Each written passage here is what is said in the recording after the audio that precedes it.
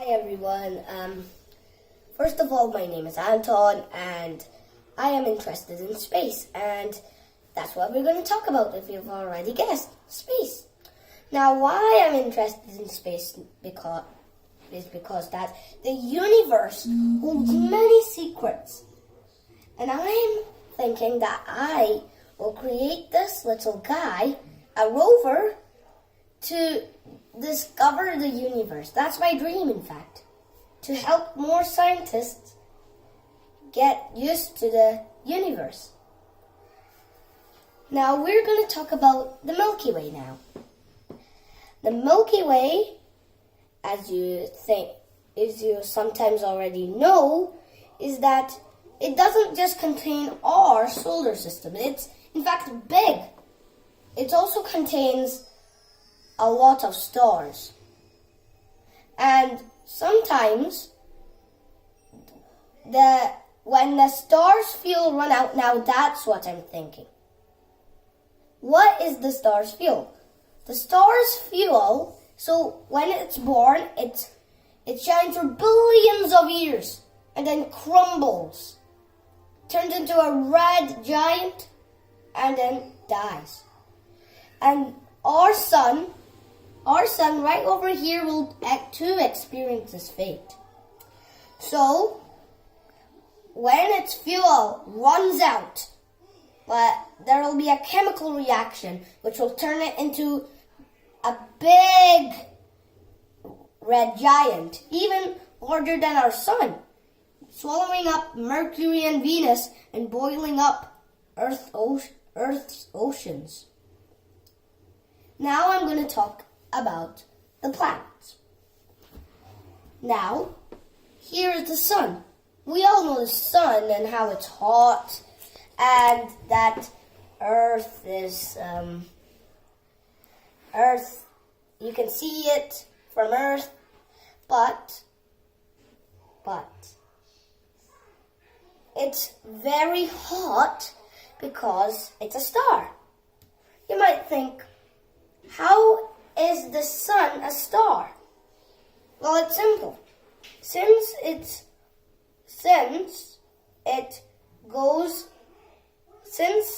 is red, I painted it red, it shows that it's hot. So, I know I keep on saying hot, hot, hot. You also say that too. But what does it actually contain? What is actually inside the sun?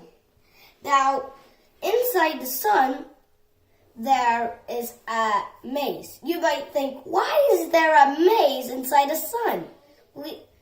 I know we can't get inside to play the maze. It's not like a corn maze or anything.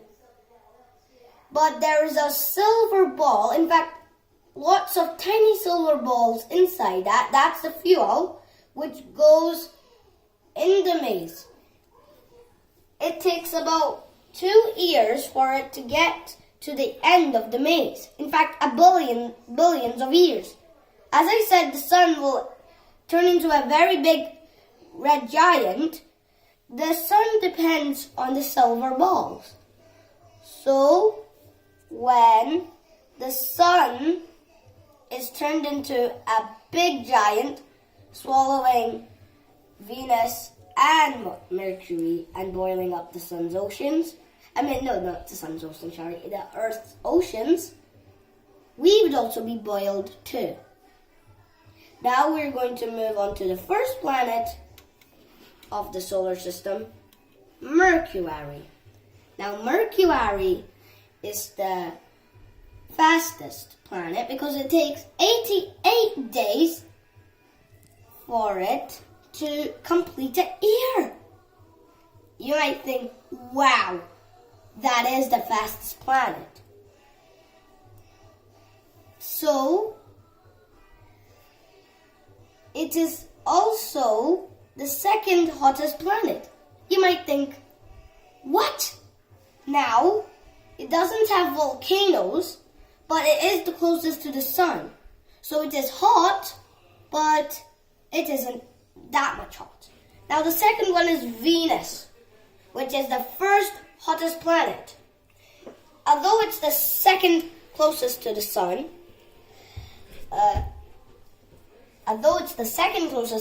it contains volcanoes. And also scientists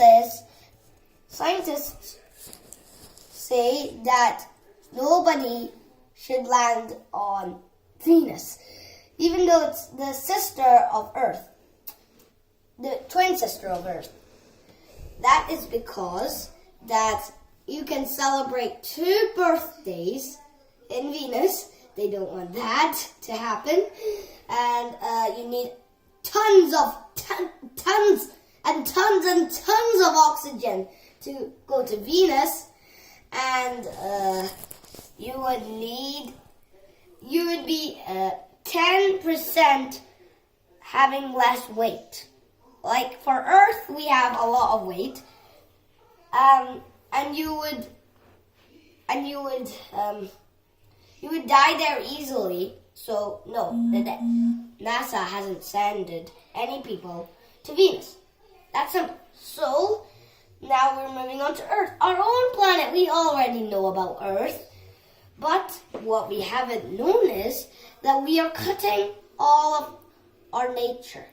Now that's not good, because all these feet, you see those green that I've colored in? Those are not actually just for fun. These are lands that we have to take care of. We are cutting trees which give us oxygen and give us healthy fruits. And if we do that, there won't be any oxygen. In fact, imagine if there was a whole plant. In fact, imagine Earth without no trees. We would die there. So, please do not chop trees off Earth. Thank you. And now, Mars. We all know Mars, that it's very hot. It has volcanoes as well as Venus. But it was once watery as Earth. Why? You might say. I haven't seen it because I've seen a lot of videos about it. But Mars has played a life like Earth. So Earth and Mars are friends. Because once it was watery, and that was when they were friends, but then no, now it has volcanoes, so it doesn't have any water. That's sad. Okay, now we are going to one of the coldest planets. In fact, the coldest planets of them all, and some of the hottest, and the stormiest, like that. So, the first one is Jupiter. Jupiter is the biggest planet of all. In fact, look at this. Saturn might also be big, but in fact, no, it's the second biggest. And if you think why, my friends, why? Is because that Jupiter has a range of storms, a lot of storms. And also, it's very hot. No, the NASA hasn't sent any humans there because, sorry, I done a mistake. It's not the coldest planet. It's actually the hottest planet. Only Saturn and Neptune and Uranus are the coldest planets. I'm so sorry. I had to pause the video. So now we're moving on to Jupiter. Jupiter is the biggest, is the hottest, and it has a range of storms. Now, if you're thinking why, it's very hot, and it's also very fast. You will need a lot of oxygen, and you will need a spacecraft as the biggest, as a submarine which can go to the deepest ocean of all time. Without that, the spacecraft will melt and you will be falling, and then you'll be getting out like a yo-yo, a yo-yo. So when you go up and down, you're actually in the middle, and you will never get down, and then you die. Yeah, that's what happens. So that is why the NASA hasn't sent anybody there. Very bad, isn't it? I don't even want to go there. Very bad. Right now, Saturn. Now, as you're wondering why Saturn has rings, is that because that Saturn has a big gravity. It gets all of the moon's waste. No!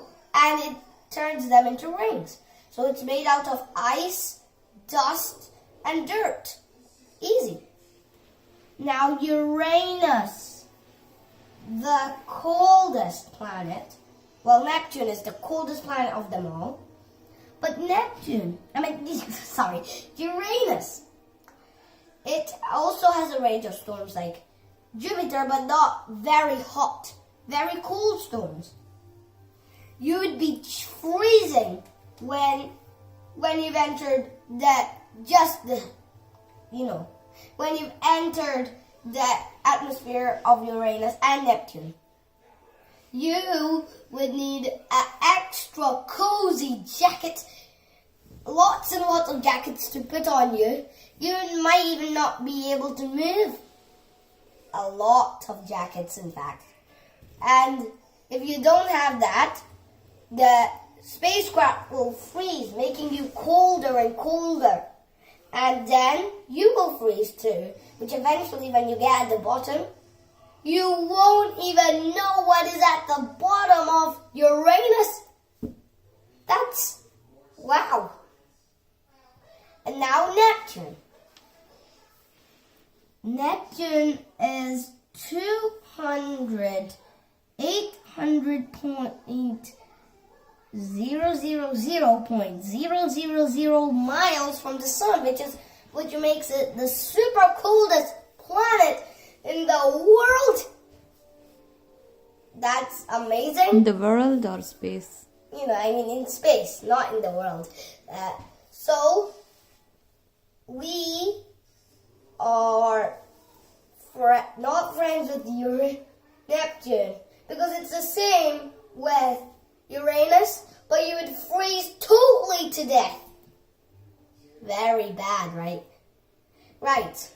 Since I talked about the planets, now let's see what something has in the future. So if an astronaut looks 205,069 billion years into the light world, they would be gone into a galaxy of the past.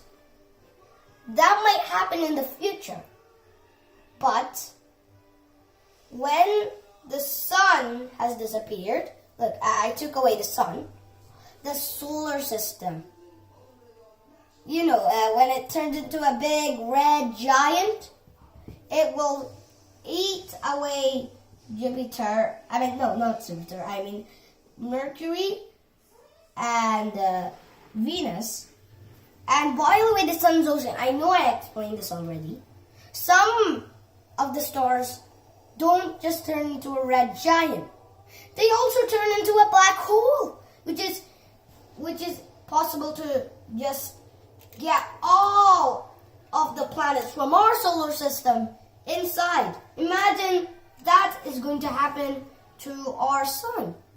Now, I know black holes suck everything in, but it's invisible. That's not good, because what if a spaceship gets into a black hole? What if they lost contact? Well, the good thing in black holes is there is a white hole. What? Black holes, white holes? blackboards, whiteboards, you might just get confused. White holes suck everything out of black holes. So, if we're lucky, the sun might have a white hole which can suck all of our planets out. But the bad thing is, what if the white hole gets us out of the Milky Way? Now that's not good. But the good thing is that we can explore the universe. So, thank you for listening, and I hope you enjoyed my space. Bye. See you all later.